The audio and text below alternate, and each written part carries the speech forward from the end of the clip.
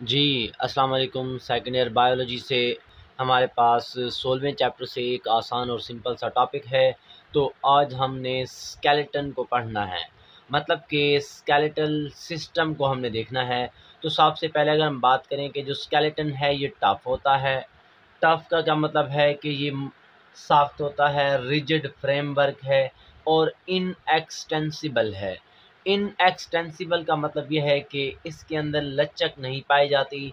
अगर हम इसके रोल की बात करें, ये प्रोवाइड करता है shape, protection and support to animals, के जो एनिमल्स हैं, जो जानवर हैं, उनको जो स्केलेटल सिस्टम है या स्केलेटन है, वो 3 चीज़ें प्रोवाइड करता है। शेप, प्रोटेक्शन और इन दोनों के साथ-साथ एक और चीज़ प्रोवाइड करता है जिसका नाम है सपोर्ट।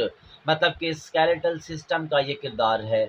इसके बाद अगर हम देखें कि जो यूनिसेलुलर ऑर्गेनिज़्म हैं, जो एक सेल पर मुश्तमिल जानदार हैं, उनके अंदर जो उनका स्केलेटन है उसको सेक्रीट करता है सिर्फ एक सेल, और इसको हम साइटोस्केलेटल का भी नाम देते हैं। इसके बाद अगर हम देखें कि मल्टीसेलुलर ऑर्गेनिज़म के अंदर, अगर हम मल्टीसेलुलर ऑर्गेनिज़म की बात करें, तो इनका जो स्केलेटन है वो कंपोज़ होता है स्पेशलाइज्ड सेल से।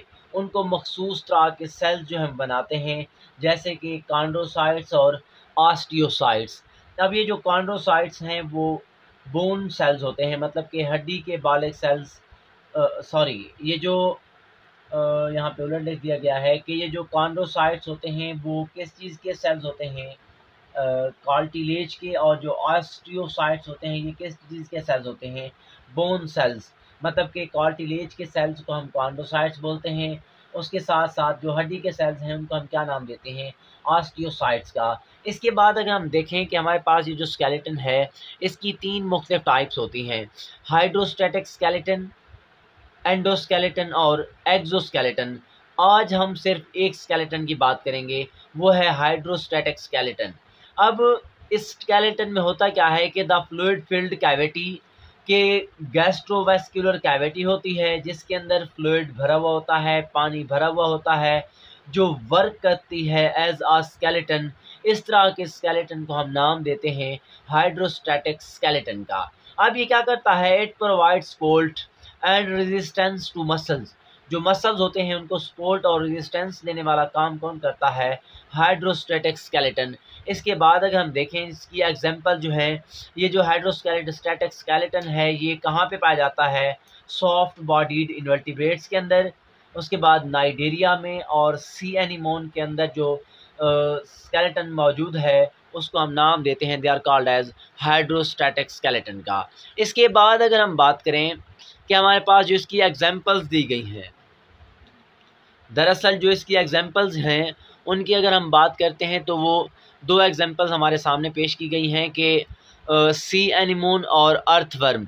अब सी एनीमोन की बात करें तो आप देख सकते हैं ये आपके पास एक जानवर नज़र आ रहा है जिसका ये ऊपर माउथ है, इसके ऊपर टेंटिकल्स होते हैं, उसके बाद इसकी ये कैविटी है जिसको हम गैस्ट्रोवेस्कुलर कैविटी का नाम देते हैं। अब ये क्या करता है, सी वाटर मतलब कि समंदर का पानी इसके अंदर चला जाता है, ये समंदर के पानी को अपने अंदर ले जाता है, उसके बाद अपना मुंह बंद कर देता है, और जब अपना मुंह बंद करता है तो इसके अंदर जो सर्कुलर मसल्स पाए जाते हैं वो कंस्ट्रिक्ट करते हैं, प्रेशर बढ़ता है, प्रेशर की वजह से ये जो जानवर है वो सीधा हो जाता है। इसकी सीधी पोजीशन को हम क्या नाम देते हैं, अपराइट स्ट्रेचर का। अब अगर इसको हम थियोरेटिकली देखें कि सी वाटर इंटर होता है गैस्ट्रोवेस्कुलर कैविटी में, जिस तरह मैंने पहले बात कर दी है, ये क्या करता है, अपना मुंह को बंद कर देता है, उसके बाद अपने सर्कुलर मसल्स को कंस्ट्रिक्ट कर देता है, अकड़ा लेता है। उसके बाद क्या होता है कि दे एक्सर्ट प्रेशर, ये जो है जो बॉडी कैविटी के अंदर लिक्विड था उस पर प्रेशर बढ़ा देते हैं। अब प्रेशर के पड़ने की वजह से होता क्या है कि कंस्ट्रिक्ट ऑफ मसल्स, के मसल्स का सिकुड़ जाना, और प्रेशर का, ये जो प्रेशर और मसल्स का सिकुड़ जाना है, ये दोनों चीज़ें क्या करते हैं इस जानवर के अंदर, सी एनिमोन के अंदर, इसकी जो अपराइट स्ट्रेचर है उसको मेंटेन करने में हेल्प करते हैं। इसके बाद अगर हम देखें दूसरी हमारे पास एग्जांपल है, उसको हमने नाम दिया हुआ है अर्थवर्म का। अब आप देख सकते हो ये आपके पास जानवर है जिसको हमने अर्थवर्म का नाम दिया हुआ है। इसके अंदर कंपार्टमेंट मौजूद होते हैं, जो दीवारें इन कंपार्टमेंट को एक दूसरे के सेपरेट कर रही हैं वो सेप्टा है, इसके अंदर फ्लूइड फील्ड होता है। अब अगर हम बात करें कि इसका जो स्केलेटन है वो किस चीज़ से मिलकर बना है, फ्लूइड फील्ड कंपार्टमेंट से। और ये जो फ्लूइड फील्ड कंपार्टमेंट हैं इनको सेपरेट किया गया है with the help of walls. उन वाल्स या दीवारों को हमने नाम दिया हुआ है किस चीज़ का, सेप्टा का।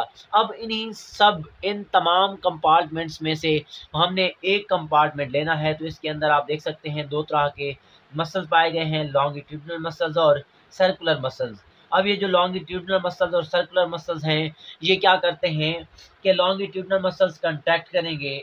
अब ये जो हमारे पास लॉन्गिट्यूडिनल मसल्स कंट्रैक्ट करेंगे तो ये क्या होगा, it cause of shortness of compartment.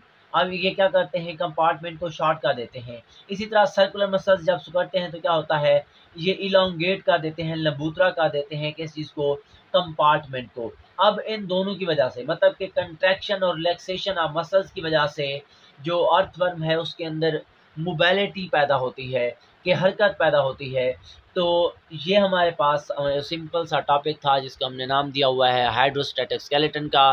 तो सारे के सारे लेक्चर्स अपलोडेड होते जाएंगे, आप इजीली यहाँ से स्टडी कर सकते हैं। ओके बेटा, अल्लाह हाफिज़।